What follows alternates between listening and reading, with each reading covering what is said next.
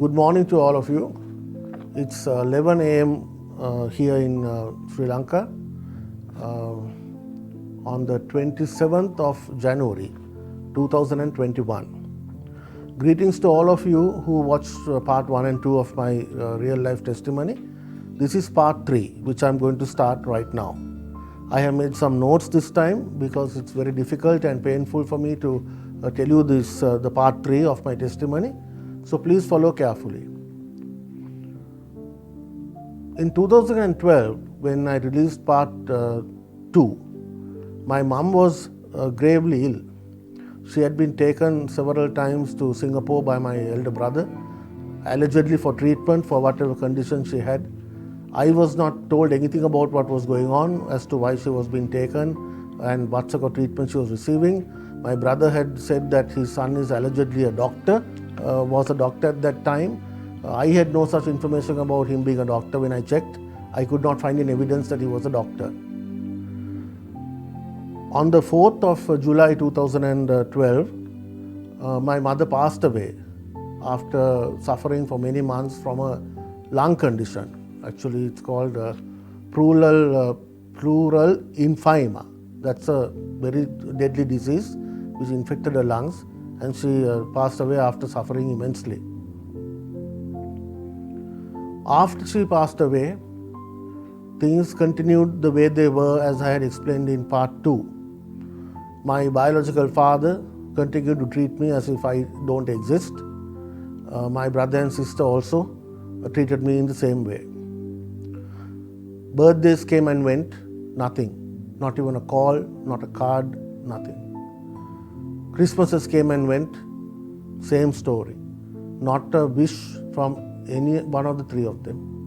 New Year's Eves came and went, New Year's Days came and went, nothing, not even a call. But I was aware that my biological father had even called his lawyer to wish him Happy New Year, but I did not get a wish from him. So this is the way it continued. Since I got used to being treated like this, it was nothing new to me. But anyway, I was very sad that even after my mother passed away, still they did not have anything to do with me. And it was very clear that they were trying to tell me in no uncertain way that in their lives I don't exist, and that they wish that I had never been born. I mean, what more could they mean by treating me in this manner? So I also continued to mind my own business, but I did send some messages across to my biological father expressing my anger at being continued to be treated like this by him, even though I was a member of the family biologically. A few years passed by, and then one day I saw an ambulance at our home. That is where I used to live with my biological parents. It was around 9 p.m. at night. So I stopped my vehicle and I asked the people in the ambulance as to what was wrong and I asked about my biological father. They told me that they had come there to give him his medication. So after that I left. Then a few weeks later I found out that he had been admitted to Durdans Hospital, which is a large private hospital in the city of Colombo. When I found this out, I called the hospital and inquired as to whether such and such a person has been admitted. Initially, they denied it. They said no such person has been admitted to the hospital. But since the information that I received was very reliable, I did not believe them. So I contacted a high executive at the hospital. And she privately told me that yes, such and such a person has been admitted to intensive care, but that they have been told not to give any information about him to any callers or to not to allow me to visit him. They had specifically been given my name and told not to allow me to come and visit him. I then found out that my brother and sister had come down to Colombo from overseas, and they had visited him and looked after him and been with him several times, although I was not allowed to go and see him. The only reason I wanted to see him was not to ask for anything about money or anything like that, but even though he had never treated me as a son, I was not angry with him, and nevertheless, he was a human being to me.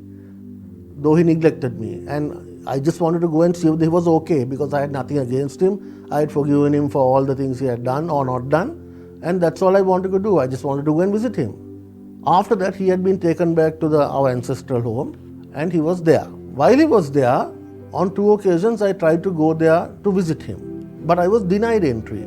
A full-time security guard had been employed, and a full-time nurse was also inside the house with him. But on both occasions, I was denied entry to go and visit him. So I went to the police, and I made 2 police entries, and the copies of the entries are with me. I can show them to anyone at any time. What happened after was that the police told me to just keep an eye on the situation, not to try to force myself in, and to just keep watch. In September 2016, September is the month of my birthday, I found out one night that my brother had come down to Sri Lanka, and he was living with my biological father inside our ancestral home. Just 24 hours after I heard that he had arrived, I got information that my biological father had passed away late at night.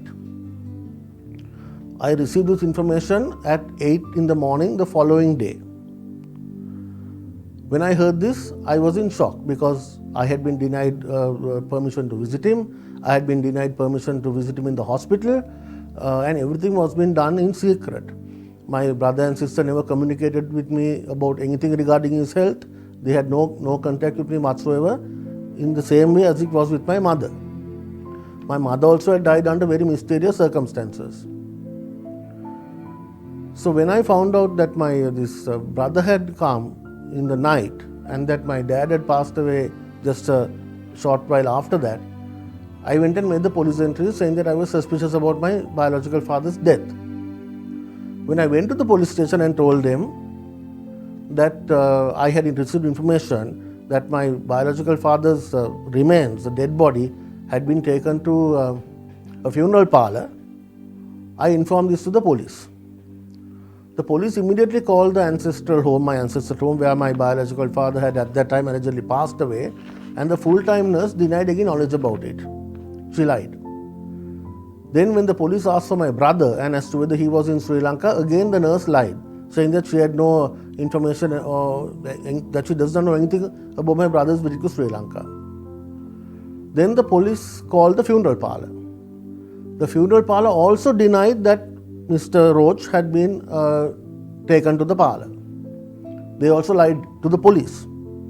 The police called them from the police station itself, and I was in front of them when they called. Then after I told all this to the police accompanied me, and we went to our ancestral home, and they jumped into the house, and they caught the nurse who was there, and they questioned her. When they questioned her, she spilled the beans, saying that my brother had come down and he had been living there for a few days before my biological father passed away. And then we rushed to the funeral parlor. When we rushed to the funeral parlor, they also, although they had lied to us saying that the body was not there, they admitted that the body had been brought the previous night, very late in the night. When we asked for the death certificate, we found out that the body had been brought to the funeral parlor without a death certificate, which is illegal, against the law. So when I and the police questioned them as to how they accepted the body without a death certificate, they made various excuses, saying that there are occasions when they did such things. So immediately I was summoned back to the police station. When I went back to the police station, my brother had already arrived there with his lawyers, and he was making a statement. When the police questioned him as to why he had not contacted me upon this Mr. Roach's death, he had no answer. When the police asked him whether he had called me, he lied again, saying that he had texted me, which was a lie. I had not received any text from anybody about his death. Then when we went back to the funeral parlor, now since I had claimed that this could be a murder, so then a judge arrived at this funeral parlor, and he came and examined the body. He asked me who I am. He asked my relationship with my biological father. He asked my relationship with my brother, and I told him my name. My brother gave his name. Then we examined the body, and the case was called up for on the 26th of September. 27th is my birthday. So on 26th of September, I had to go to the court, and I sat there. My brother and sister came. Then the judge summoned me into his chambers, and I made a long statement as to what my suspicions are. I told the judge that most probably he had been, something had been done to him in order so that my brother and sister could inherit whatever he owned. I must also tell you now that the gift that my mother gave me of a small house in a lane, in which I stated in part 2, was just 2% of my family's wealth. 2%, and I can prove that. Right? She gave me a property which was 2% of the entire estate of our family. At that time, that was a very big thing to me because, as you all know, as I have recorded in part 1 and 2, my entire life had been destroyed up to that point, and I had nothing and nobody. So when she gave me this small thing, it was a very great thing to me. Only later did I realize that it was only 2% of the wealth of the family. During all this time, during my mother's illness and my dad's biological father's death and all that, my brother had been keeping close, intimate contact with a Mr. and Mrs. Gomez, that is namely Jerry and Doreen Gomez of number 9 Bethesda Place. For the past several decades, every time he visited Sri Lanka, after he landed from the airport, the first place he went to was to their house. He had cultivated a very close relationship with the both of them. And all of them, including my brother, had nothing to do with me. They never contacted me. They also never had any sort of relationship with me. Though we were very, very closely related, there was no contact, but he was having a very close contact with these two individuals. I knew something was wrong, but I didn't know what it was, right? I had always secretly kept track of my brother whenever he visited the country. Although he never informed me that he was coming or going, I always found out because I had people who kept informing me. These people were very faithful to me, and they always told me what was going on, and I knew, but I was silent. I always knew something was wrong, but I didn't know what it was. Shortly after that, I found out that for my ancestral home, which is 63 perches in the heart of Colombo, very valuable, they had got a survey done by a land surveyor, a new one. That was just a few months after my mother's death. So that means normally when a survey is done, it means that there is going to be some sort of last will or something like that, so that then it can be included in that. The survey had been done on the 27th of March 2013, which was the year following my mother's death. So after the testamentary case, while the murder investigation was going on, and even before the testamentary case had begun, part of my ancestral home had been ransacked by my brother and sister at 4 in the morning, and all the goods inside the house had been taken and I presume sold. A lorry had come early in the morning with my brother and sister, and they had taken everything and gone. This was before the testamentary case even had started. Even during all this time, my brother was extremely close with Jerry and Doreen Gomez. Even when my mother died, my brother had been visiting Sri Lanka on several occasions to see my mother. Whenever he came down here, he never contacted me. He never met me, although she was our mother. He never met me to discuss her health, to discuss anything about her. He kept coming and going secretly, but he always was keeping company with Jerry and Doreen Gomez.